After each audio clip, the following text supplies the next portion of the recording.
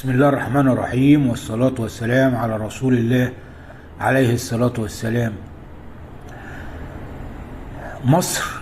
مصر وطننا، وطن أصل كل شيء في الحياة، حتى الأديان هي الأصل، وكل حضارة على الكوكب الأرض هي مصر النبت الأول لها. تتخيلون حضراتكم إن السبحة أصلها مصري، ومصر قديم، ومن عندنا من أرضنا.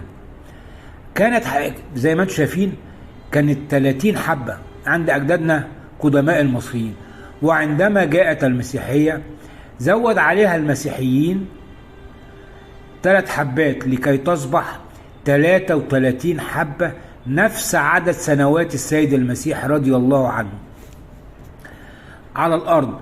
وعندما ظهر الإسلام استمر المسلمون يتعبدون بهذه السبحة التي صنعها الأشقاء المسيحيين بنفس الحبات بتاعتها 33 حبة.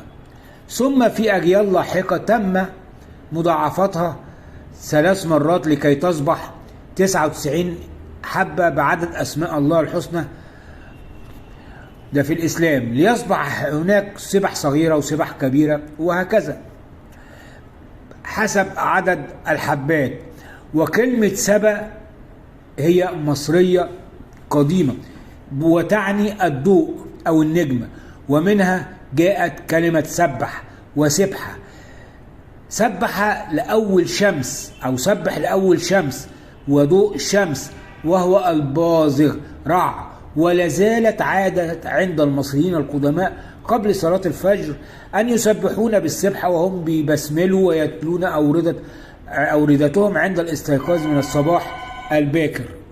ولهذا تضاف السبحة إلى العديد والعديد والعديد والعديد، إلى الأوائل التي تم نبتها من أرض مصر.